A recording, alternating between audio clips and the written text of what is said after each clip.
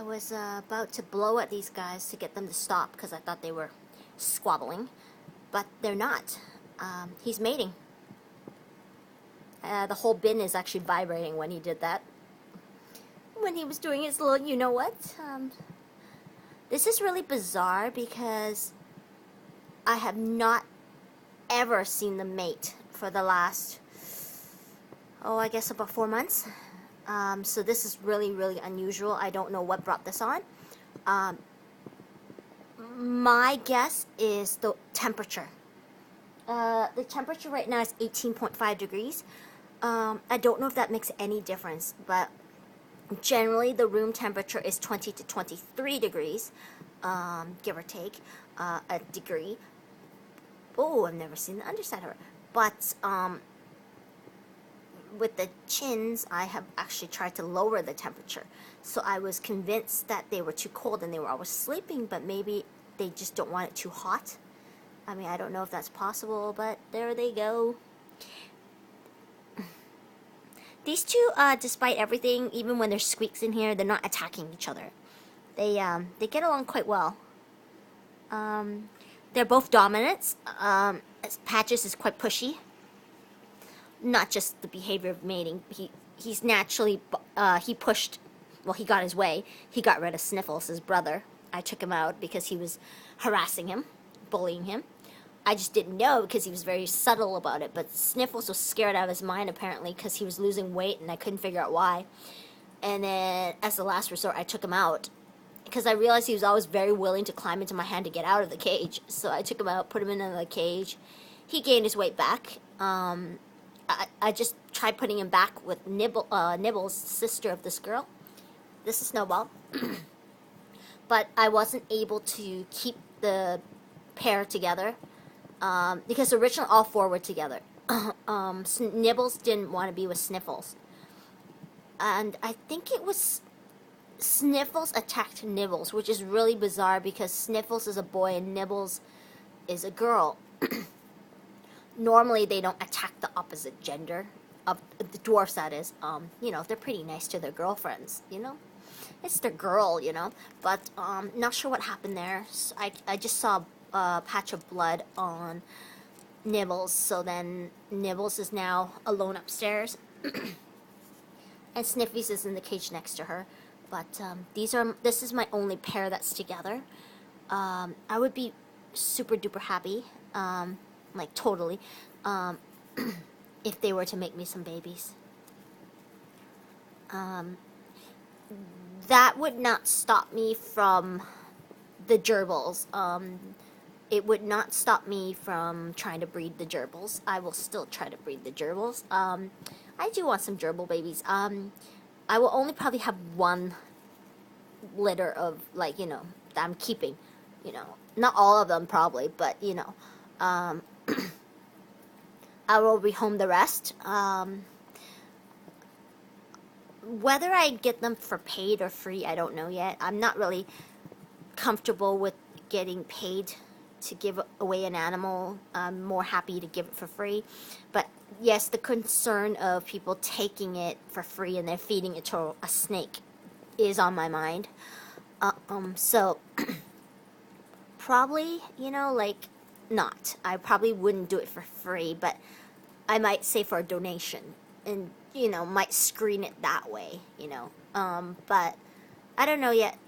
I'll ask around. I'll ask some breeders for the chinchillas, just, you know, to find out, like, what they would do, you know, if they wanted to, you know, just, you know, find out if you wanted to do it for free, you know, what would be a good way to screen these people.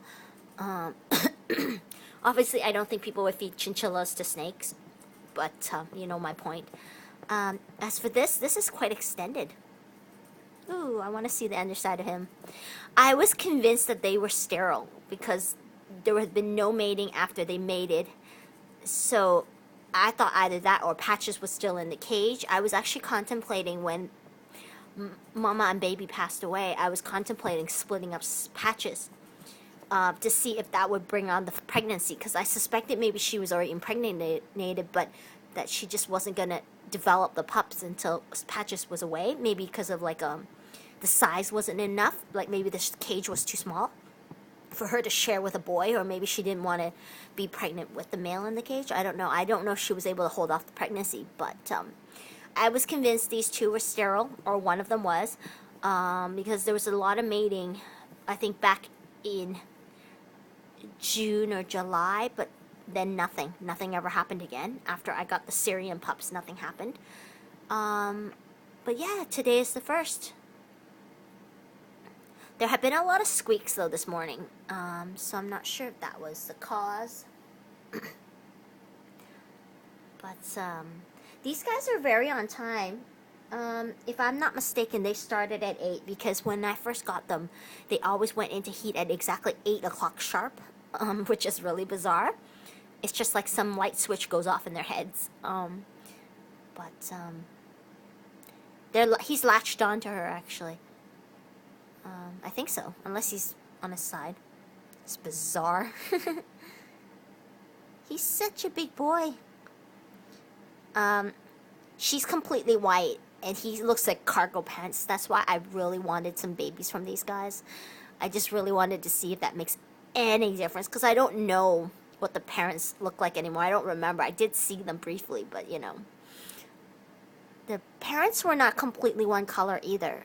That's all I remember. But anyways, this is pretty cool. And here's, oh, let's just take a look.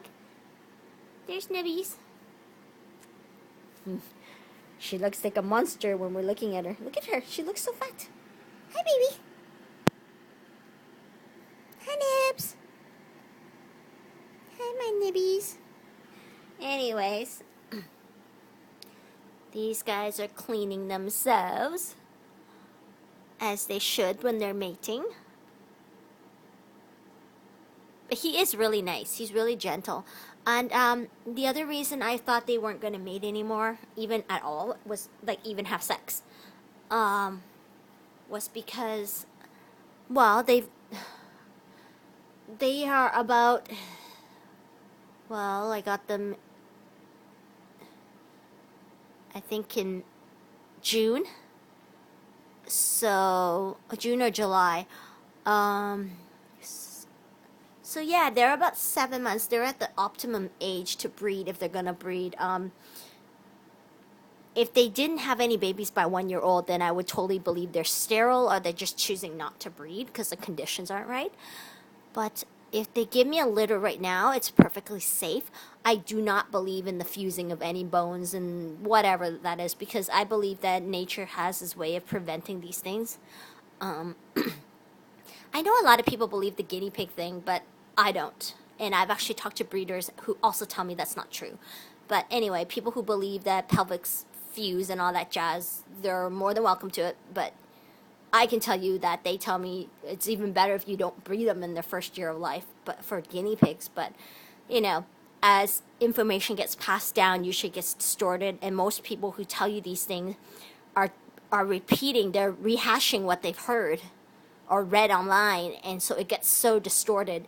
And the age gets younger and younger and younger, that you should breed them before they're... Originally, it was supposed to be you shouldn't breed them until they're 1 year old, and then it got to about 9, and then it was 7.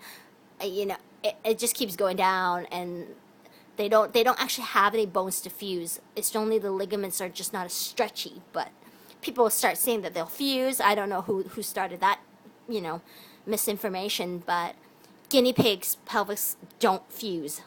They don't. They just don't get as elastic, which does make it harder to breed them and deliver safely, obviously. But, you know, I really hate it when sites keep repeating the wrong information and people just take it and run with it without even doing the homework and trying to figure out if it's fact or fiction. They just take the facts that they think they believe are right and they just run with it.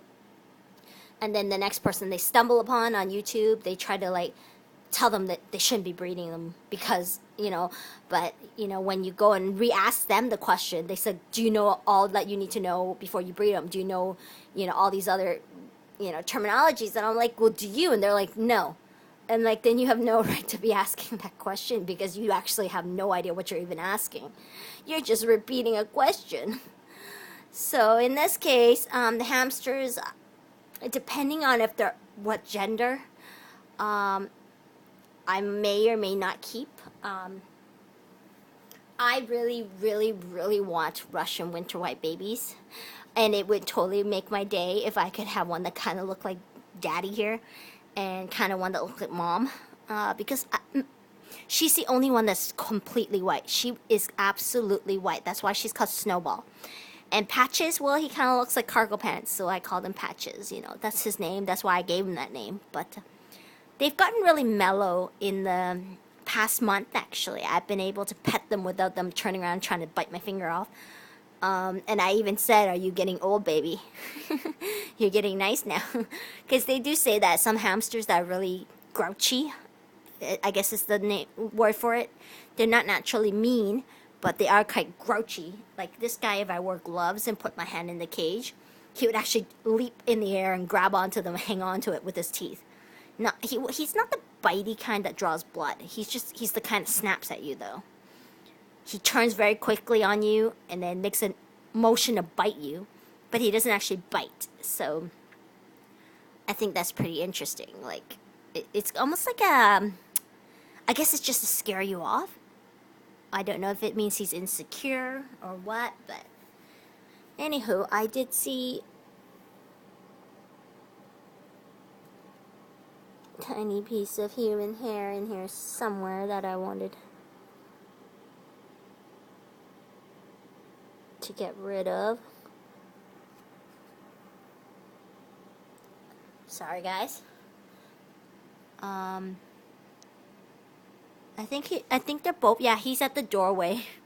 He's sleeping right inside the doorway, and Snowball's sleeping in the house. You can still see it. He's underneath the yellow strand, and Snowball's that white piece that you see near the roof of the igloo, like the entrance. But I think I'm gonna leave them alone. That was great.